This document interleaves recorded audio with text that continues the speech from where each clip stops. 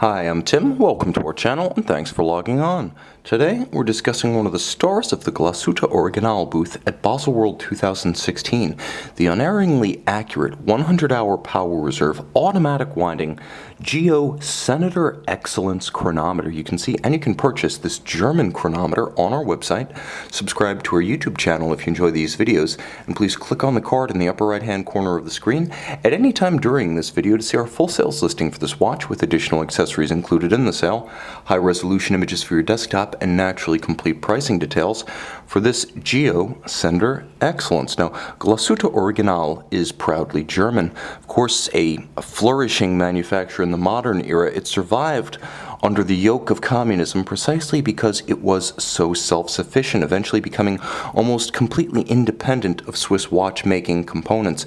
Now, the watch on my wrist represents a celebration of that heritage by taking Glashutte Original watchmaking and pairing it with a German chronometer certificate, as well as 24 days of vetting, not as a movement like the COSC chronometer standard, but as a fully cased up watch, the result being a precise watch that's also classically inspired and with no date on the dial, beautifully balanced.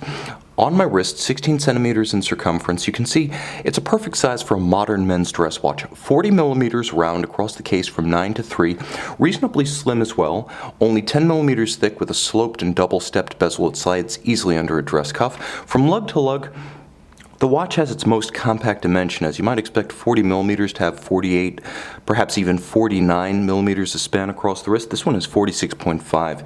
You can easily wear this watch on wrists as small as 13.5 centimeters in circumference. You'll also note the lugs are elegant, tightly downturned to make the case shorter across the wrist. You'll also note that there is a clever recess in the flank of the case. You can see it to good advantage. There's almost a small garage in the case flank on both sides to allow the strap to move freely without being pinned against the case flank and trying to flare out and stretch over your wrist. You can pull it straight down for a proper fit. The leather is a black rectangular scale, semi-gloss, folded edge, monotone stitch alligator leather. You can see calfskin on the underside, supple against the skin on the bottom, rugged and elegant on the top with a traditional pin buckle, handsomely made in an arc that nicely recapitulates the sweep of the lugs down and away. The case band, again, simple but well designed. A combination of horizontal aspects. You can see the junction of case back and mid case, as well as the polished contrast of the lip of the bezel against the horizontal satin finish of the case itself. Also satin finish on the shoulders of the lugs, a small beveled taper transition from the lug hoods to the lug flanks, which you can see to good advantage from this angle. And of course, a very simple signed polished crown, itself vintage inspired. The watch is all about the dial. As viewed from head on, the bezel and the lugs really sink away, melt away, and allow the bezel to look more like a silver halo around the dial, which takes pride of place.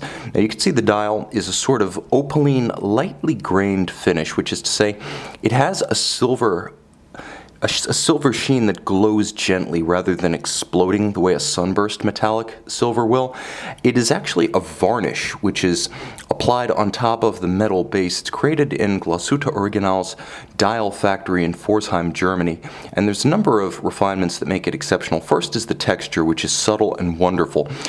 The back of the case looks great, but it's worth looping the dial because of the details.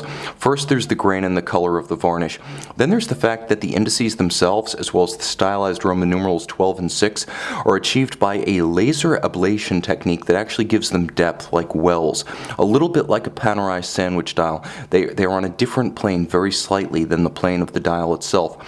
Outboard, a classical railroad style track, and you'll note between the indices and the railroad there is a small Arabic numeral for the 5-minute stations around the dial, a beautiful counterweighted baton-style seconds hand, and you'll note poivre or pear-style hands, well, I should say poivre hour hand and assegai or spear-style minute hand, beautifully extended such that, and I'll demonstrate exactly what I mean, they kiss the lip of that which they indicate. So you can see how the minute hand stretches beautifully to the edge of the railroad track, and the hour hand just barely exhibits a gap between itself and the outstretched index. The proportioning is perfect. The script is also elegant and minimalist. The company logo, where it's made, and of course, notation made in the city of Glashutte. It's a gorgeous watch that needs no embellishment. Turn it over and it's just as attractive, if a bit more mechanically inclined, on the case back.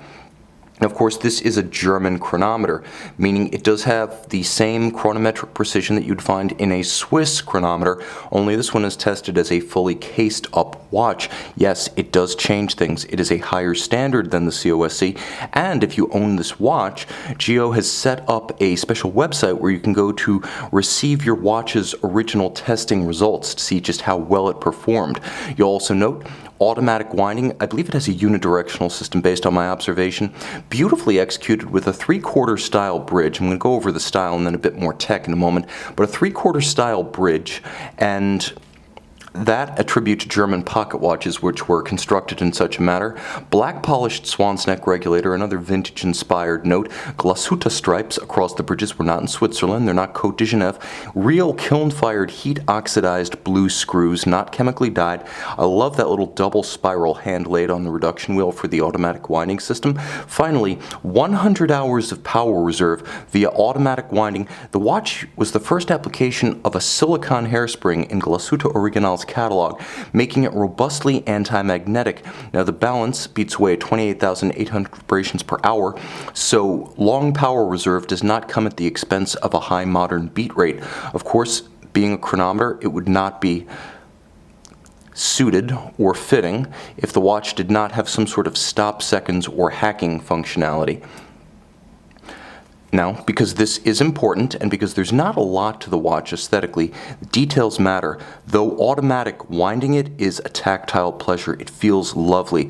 The perfect balance between the grit of a good spring ratchet and a little bit of creaminess to remind you that you're handling and interacting with a luxury product. You can see and you can own this Glashutte Original Senator Excellence German chronometer on our website.